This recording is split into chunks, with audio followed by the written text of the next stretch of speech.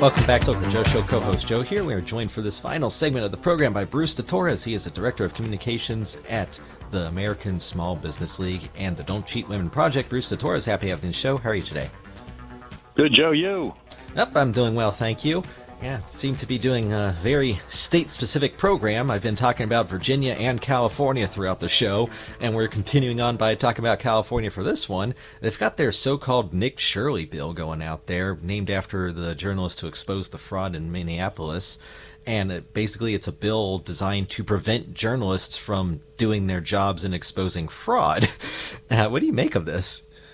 Well, I looked into it. You know, it's formally called the Privacy for Immigration Support Services Providers, which is a lot. And supposedly it's to prevent people from being unfairly, harassed. But the other side of the coin is the right to investigate and publish the results of one's investigations into situations that might be criminal. You know, we're based out here in California, and I've looked into this a little bit. It's easy to imagine these assembly people at the state level are in the pockets of the industries and the corporations that are making money by the scams, and that's my opinion. I'm entitled to it. And they were able to get this bill introduced that really would, intimidate people like Nick Shirley from exposing what honest journalism used to expose. Mm-hmm. And as being with the American Small Business League, I would think that you would have a certain opinion too about just the type of fraud that is being exposed with money that the government is supposed to be going to all these different programs, instead going to fraudulent, wasteful stuff, or just into some grifter's pockets. Money that could be helping a small business, or money that's being taxed from somebody who otherwise would have spent it at a small business. Yes, and thank you for that, Joe. I want to take 30 seconds. The American Small Business League, ASBL.com. Yes, we are all about exposing abuse at the federal level, but we watch things at the state and local levels as much as we can. We are nothing but a small business nation. And everything that citizens can do to the federal government that challenges them on how little they do for small businesses. 99.9% of all businesses in America, Joe, are small businesses.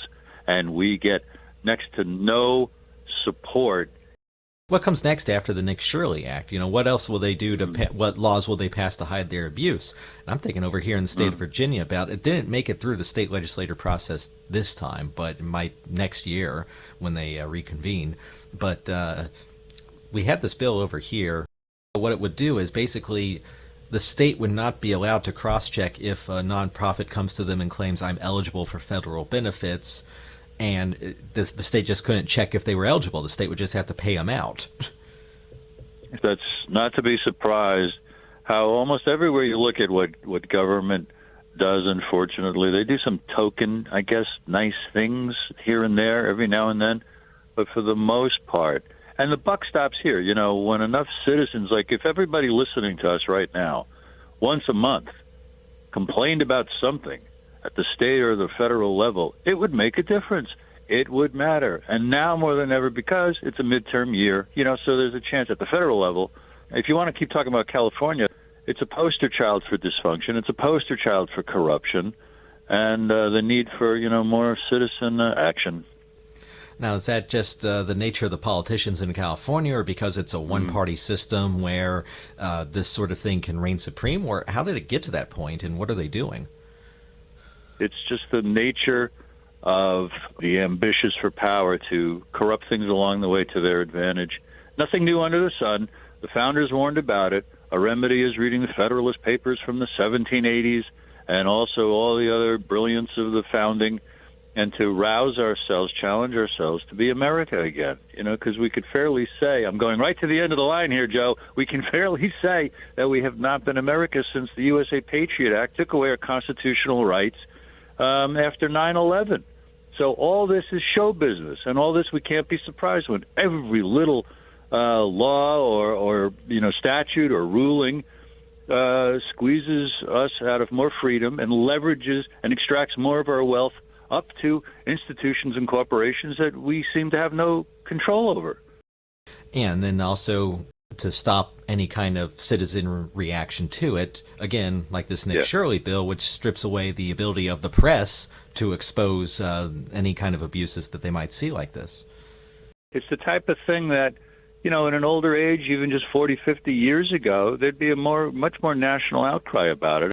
Maybe there is a backlash. Maybe there are some crowds in front of some state offices protesting this act. We'll see. Mm-hmm. Well, Bruce Torres, appreciate you being on the show. Real quick, we only got like 20 seconds left. Where can listeners find out more about the American Small Business League? Thank you. ASBL.com. Go there and have your mind blown. All right, listeners, that's something you all can do because we are done with you for this hour of the program. So got the rest of the afternoon. You can go check them out. Of course, we have our own website, MainStreetRadioNetwork.com. Be seeing you.